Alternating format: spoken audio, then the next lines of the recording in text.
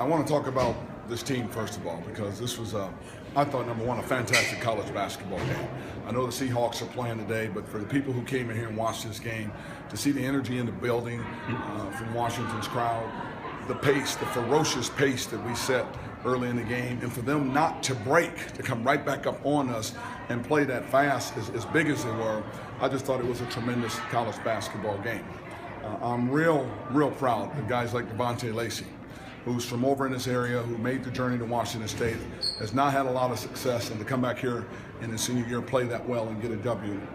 And I'm real proud of this team. This was a team that I was told couldn't defend. Their numbers told you that the last couple of years. Couldn't shoot it. Their numbers told you that the last couple of years. Couldn't shoot free throws. Their numbers told you that the last couple of years. But yet, we took them. We put our arms around them. We let them empty their backpack of all of that negative stuff.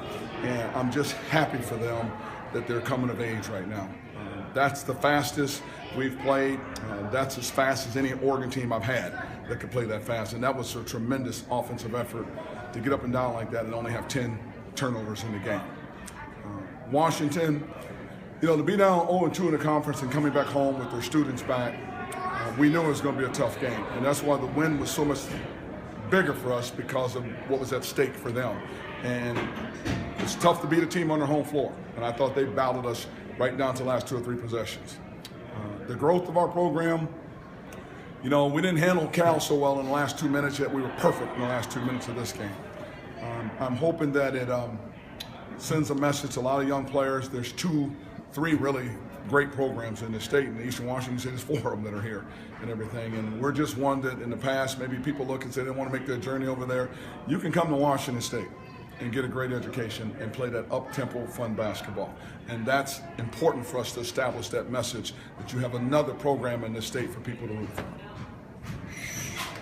Ernie, Rabel gave you a nice lift today.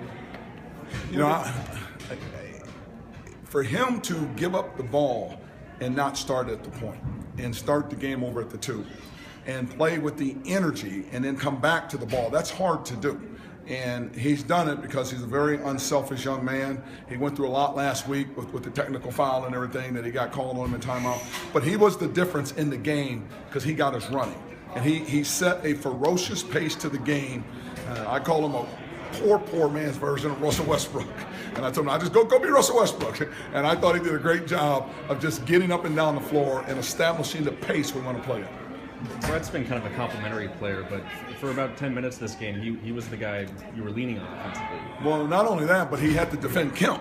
And I mean, you think about the size and strength difference, and he did a wonderful job on him. And when Q Johnson and him were on the floor together, I feel like there's a game in every player. I always believe that. My job is to bring it out of them. And those 2, I think, hit 3 threes between the 2 of them at one time. That's just huge. Dexter played well. It just seems like we're starting to push the right buttons, and everybody's stepping up, and everybody's giving you something. So I was proud of Brett because, again, another one of those players haven't played a lot, haven't had a lot of success, haven't really believed in himself. He's a really good player. He's limited in some things, but he gives you everything in his tank. And he did the same thing in this game. Probably been one of our most consistent players the last 4 or 5 games.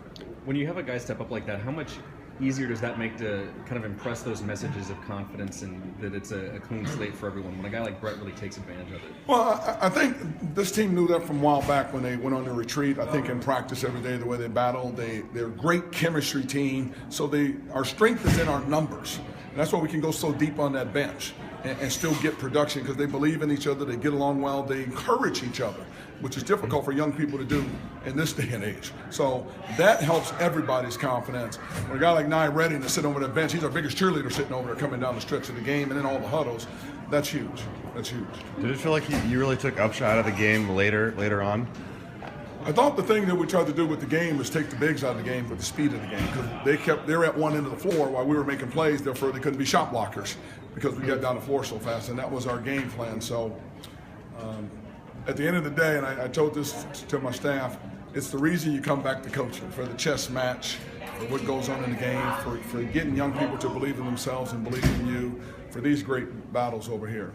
But we executed a great game plan today. How tough is it to guard Williams-Goss when he's able to get inside and use his body? It's extremely tough because he's got a great body. We put Q Johnson on the last couple of possessions and did a good job on him. He took away the last possession because he had a bigger, longer guard on him, and we make that adjustment in that last timeout, and it kind of slowed him on that last possession. But he's so good at getting in the lane and finishing. He's a tough matchup for anybody. I thought he had a great game. Great game. Ernie, what did you set up on the inbounds play to Hawkinson on the three-point play? A slip.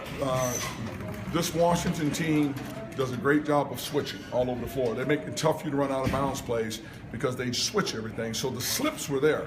Even in the half court, they were starting to switch in our motion offense, and the slips were there, and we got that one on the out of bounds play. I said, read the slip, it's going to be there, and sure enough, he makes a great play, and Ike makes a great pass. The tempo in the perimeter game you guys played with took their bigs out of the game a little bit. So is that a little quicker than you would normally like to play, or is? You know, you'll hear me say this all the time. We want to play even faster. The faster we play, the better, because we've got shooters, and the speed game allows you to play your numbers. Keeps your chemistry great. As long as guys have their games and you put them into that game, it's hard to guard that. And again, if you think about my teams in the past, that team ran harder than any team I've coached in the past. They did a terrific job of getting themselves up and down the floor. And so the speed of the game needs to be faster for us. The faster, the better. Ernie, if somebody had said late in December, you're going to go on the road, your first 3 games, you're going to win 2 of them, would you have taken that? You know, when I looked at the schedule, I was worried about opening up the preseason on the road, particularly at UTEP, TCU, and then coming home and then going back out to Anchorage for a young team that you're trying to bring confidence in and put the system in. And then you looked at conference play, knowing how tough this conference is to do that. But as we started to come through the preseason, each game gives you a little bit more belief. But if you had told me that back there, I would have said, no, that's just going to be difficult.